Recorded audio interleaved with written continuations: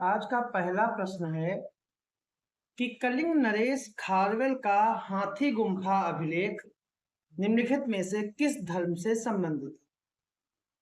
बौद्ध धर्म, जैन धर्म, वैष्णव धर्म या फिर शैव धर्म? तो जो इसका सही जो आंसर है वो आपका है बी ऑप्शन, जैन धर्म। हाथी गुम्फा अभिलेख में जैन धर्म के प्राचीनतम अभिलेख के साक्ष्य का वर्णन। इस अभिलेख में उल्लेख है कि कलिंग के राजा खारवेल ने अपने 12वें वर्ष के शासनकाल में मगध पर आक्रमण किया, जहां शुंग वंश का शासन था, और वहां से कलिंग से ले जाई गई जैन मूर्ति खारवेल वापस ले आया। और कलिंग नरेश खारवेल जो था वो कट्टर जैन अनुयायी था। अगला प्रश्न है कि निम्नलिखित में से कौन सा गुफाकालीन मंदिर उत्तर प्रदेश में स्थित है? उदयगिरी का विष्णु मंदिर, तिगवा का विष्णु मंदिर, घुमरा का शिव मंदिर या देवगढ़ का दशावतार मंदिर? तो इसका सही जो आंसर है वो है डी ऑप्शन, देवगढ़ का दशावतार। गुप्त काल का सबसे सर्वश्रेष्ठ मंदिर देवगढ़ का दशावतार मंदिर है, जो उत्तर प्रदेश के बुंदेलखंड के ललितपुर जिले में स्थित। इसमें 12 मीटर ऊंचा एक शिखर है, जो भारतीय मंदिर निर्माण में शिखर का पहला उदाहरण। तिगवा का विष्णु मंदिर मध्य प्रदेश के जबलपुर में है। घुबरा का शिव मंदिर मध्य प्रदेश के नागौद में है। उदयगिरी का विष्णु मंदिर मध्य प्रदेश के विदिशा में। अगला प्रश्न है कि निम्नलिखित कथनों पर विचार करें कि अजंता की गुफाएं महाराष्ट्र के औरंगाबाद जिले में है। अजंता की गुफाओं का निर्माण ईसा पूर्व दूसरी शताब्दी से लेकर 7वीं शताब्दी तक हुआ है। अजंता की खोज 1819 में सर जेम्स अलेक्जेंडर ने की थी। और चौथा है कि अजंता में मुख्यतः ब्राह्मण और बौद्ध धर्म से संबंधित चित्र हैं। तो कौन सा कथन सही है? 1 और 2 सही है, 1 और 3 4 सही है, 1 2 4 सही है या सभी कथन सही है? तो इसका सही जो आंसर है वो है डी ऑप्शन, कि इसके सभी कथन जो हैं वो सही है। अगला प्रश्न है निम्नलिखित में से विचार कीजिए और सही उत्तर चुनिए कि नहीं। अगला प्रश्न है कि निम्नलिखित में से किसके नेतृत्व में पालों ने पहली बार त्रिपक्षीय संघर्ष में भाग लिया? विजयपाल, गोपाल, धर्मपाल या फिर देवपाल? तो इसका सही जो आंसर है वो आपका है सी ऑप्शन, धर्म। त्रिपक्षीय संघर्ष कन्नौज पर अधिकार को लेकर 3 शक्तियों के बीच हुआ। ये तीनों शक्तियां जो थी पाल, प्रतिहार और राष्ट्रकूट। पालों ने धर्मपाल के नेतृत्व में सबसे पहले इस संघर्ष में भाग लिया। अगला प्रश्न है कि निम्नलिखित में से कहां अशोक बौद्ध धर्म के प्रचार के लिए स्वयं गया? श्रीलंका, यमन देश, नेपाल या फिर महाराष्ट्र? तो जो इसका सही जो आंसर है वो है सी ऑप्शन, नेपाल। अशोक अपनी पुत्री चारमती के साथ नेपाल बौद्ध धर्म के प्रचार के लिए गया था, जबकि श्रीलंका में महेंद्र और संघमित्रा गए थे। यमन देश में महारक्षित गया था और महाराष्ट्र में धर्म महारक्षित गया। अगला प्रश्न है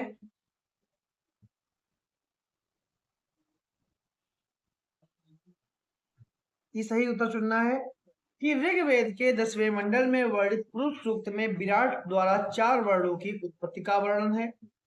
दूसरा है कि शूद्र शब्द का उल्लेख सबसे पहले ऋग्वेद के 10वें मंडल के पुरुष सूक्त में मिलता है।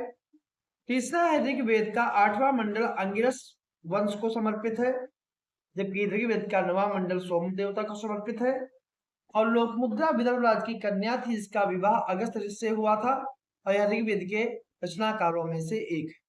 तो कौन सा कथन जो है वो सही है? तो इसका सही जो आंसर है डी ऑप्शन है, कि इसके चारों कथन जो हैं वो पूर्णतया सही है। ठीक है, तो इसका डी ऑप्शन सही। अगला प्रश्न है निम्नलिखित कथनों में विचार करके सही कथन की पहचान करें कि महाराष्ट्र में महाभारत में कुल 18 पर्व हैं। और इसका दूसरा नाम जय संहिता है। रामायण का तमिल भाषा में पहली बार अनुवाद चोल शासक कुलोत्तुंग तृतीय के समय कवि कम्बन ने किया था, जिसे रामायण या रामावतरम कहते हैं। तीसरा, रामायण का बांग्ला भाषा में अनुवाद सबसे पहले बालबक शाह के समय कवि कृतिवास ने किया था। चौथा ऑप्शन है 20वीं शताब्दी में समाज सुधारक ज्योतिबा फुले ने सच्ची रामायण के नाम से रामायण की रचना की। तो इनमें कौन सा कथन जो है सही है? तो इसका सही जो आंसर है वो आपका है ए ऑप्शन। 3 और 4 जो है वो सही है। सॉरी, 3 और 4 जो सही है वो सही नहीं है। सही जो आंसर है 1 2 3, मतलब 3 सही है, चौथा जो है गलत है, क्योंकि सच्ची रामायण जो है वो पेरियार ने लिखी है। बाकी जो तीनों कथन जो हैं वो सही है। ठीक है, चौथा जो है वो गलत।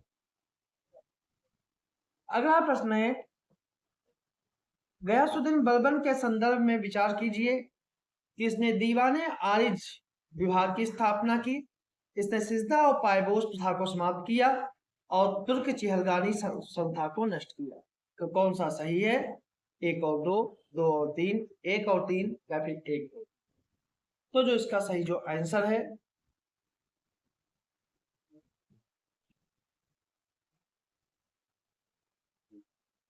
वो आपका है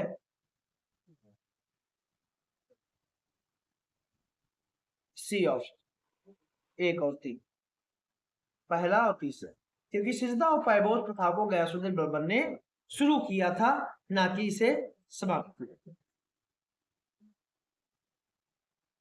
अगला प्रश्न है, निम्नलिखित कथनों पर विचार करें।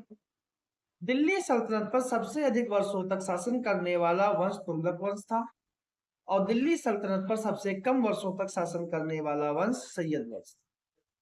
तो इसमें कौन सा कथन सही है? 1 सही है, 2 सही है, दोनों सही है, दोनों गलत।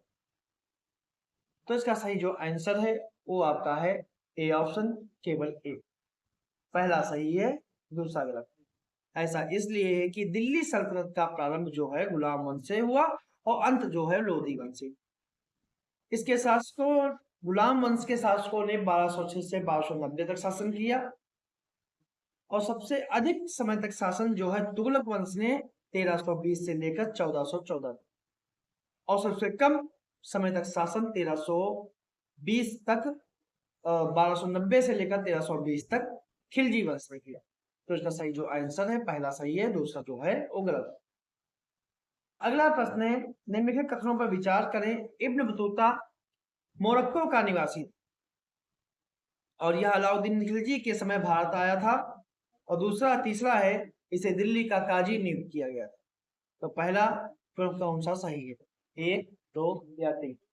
तो इसका सही जो आंसर है वो आपका है सी ऑप्शन, 1 और 3, पहला सही है, तीसरा सही है, क्योंकि इब्न बतूता जो है वो मोहम्मद बिन तुगलक के शासनकाल में आया था, ना कि अलाउद्दीन खिलजी के। बाकी दोनों जो है सही हैं।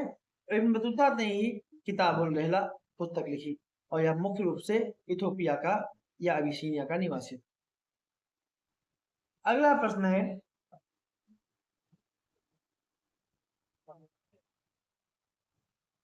फिरोज शाह तुगलक के संबंध में निम्नलिखित कथनों पर विचार करें कि इसने दासों के लिए एक अलग विभाग की स्थापना की थी और इसने ब्राह्मणों पर जजिया कर लगाया था और इसकी विद्वता के कारण इसे अपने युग का अरस्तु कहा गया। कौन सा कथन सही है? 1 और 2, 2 और 3, 1 और 3 या 1 2 3? तो जो इसका सही जो आंसर है वो आपका है 1 और 2, पहला दूसरा सही है, तीसरा कथन जो है वो गलत।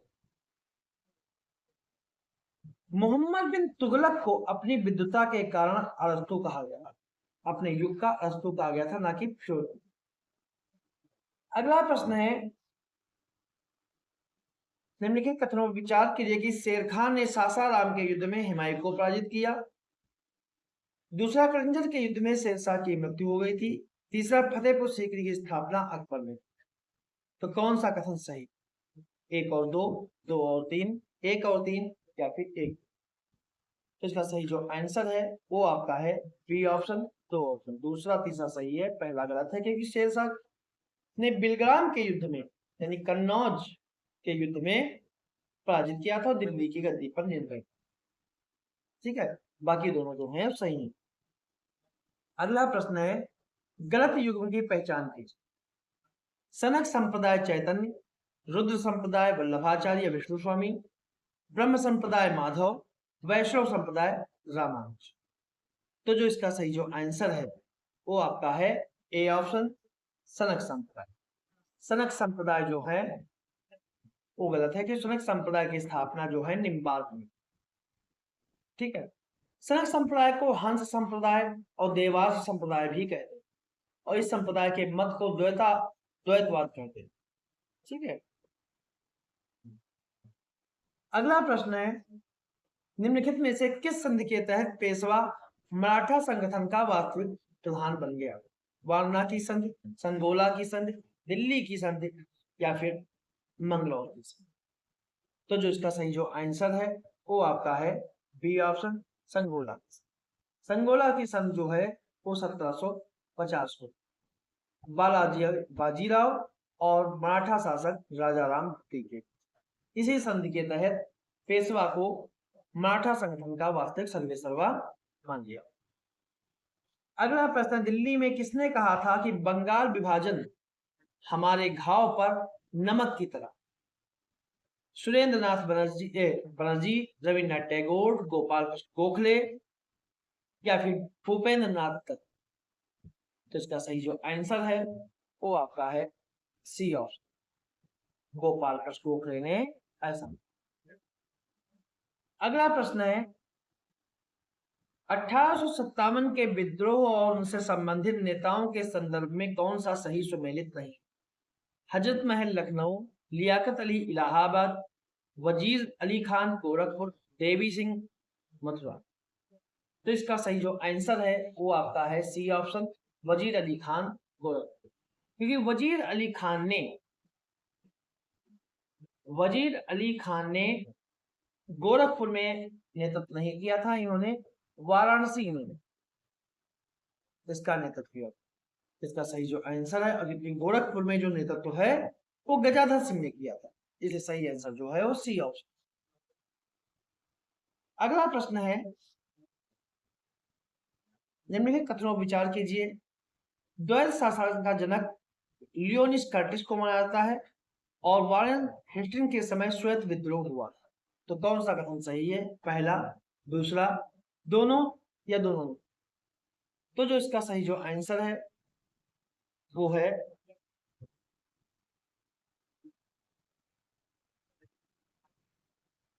पहला के इसका सही है।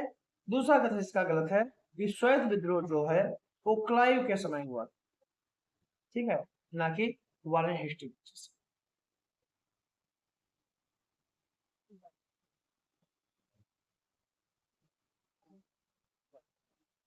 अगला प्रश्न है,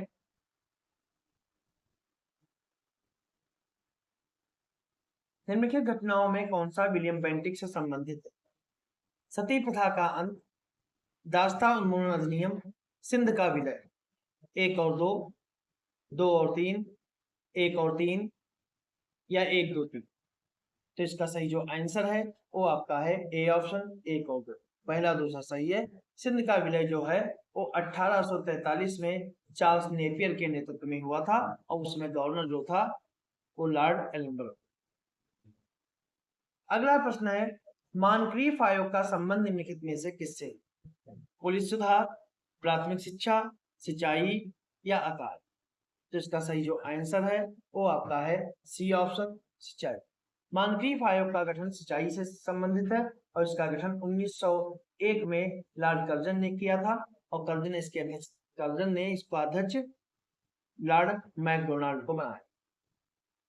अगला प्रश्न है, निम्नलिखित में से कौन सा रैयतवाड़ी बंदोबस्त से संबंधित है? इसमें किसान को भूस्वामी माना गया, लगान अदा के लिए सूर्यास्त कानून लगाया गया, इसकी शुरुआत तमिलनाडु के बारामहल से की गई और यह भारत के सर्वाधिक भूभाग पर लागू हो गया। तो इसका सही जो आंसर है वो आपका है बी ऑप्शन, ये लगान अदायगी के लिए सूर्यास्त कानून लाया गया, ये इससे संबंधित नहीं है। सूर्यास्त कानून स्थायी बंदोबस्त से संबंधित है इसके अंतर्गत जमींदारों को आदेश दिया गया था कि निर्धारित तिथि के सूर्यास्त तक लगान की रकम जमा कर दें, अन्यथा उनकी जिम्मेदारी नीलाम कर दी जाती। रेतवारी बंदोबस्त में किसान को भूस्वामी बनाया गया और यह व्यवस्था भारत के 51% भूभाग पर लागू थी। अगला प्रश्न है, टाटा टोपे के संदर्भ में कौन सा कथन सही नहीं है? कि इसका वास्तविक नाम रामचंद्र पांडुरंग था।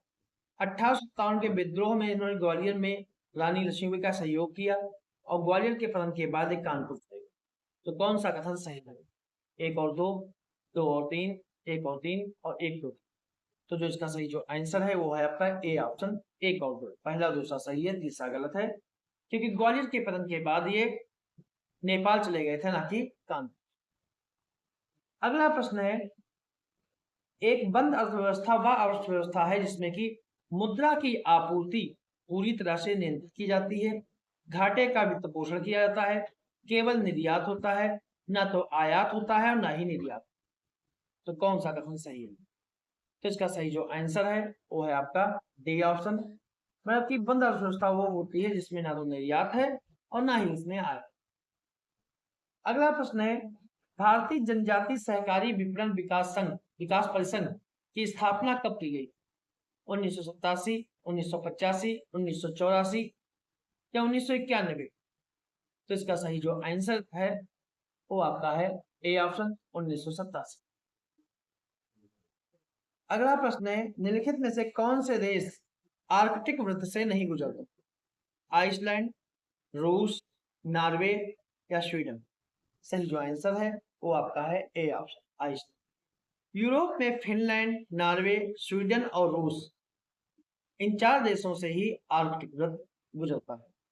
आइसलैंड जो है वो आर्कटिक वृत्त के दक्षिण में स्थित। अगला प्रश्न है, अधोलिखित में से कौन सा बिंदु सत्य? कि भूकंप के प्रारंभ होने के स्थान को भूकंप मूल कहते हैं, भूकंप छाया क्षेत्र में पी तरंगें अनुपस्थित रहती हैं, अधिक घनत्व वाले माध्यमों में भूकंपी तरंगों का वेग बढ़ जाता है और एक ही समय पर भूकंप का अनुभव करने वाले स्थानों को मिलाने वाली रेखा को आइसोसिस्मल लाइन कहते हैं।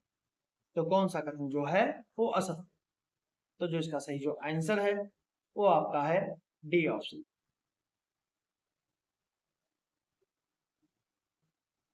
एक ही समय में अनुभव करने वाले स्थानों को होमिसिस्मल लाइन कहते हैं।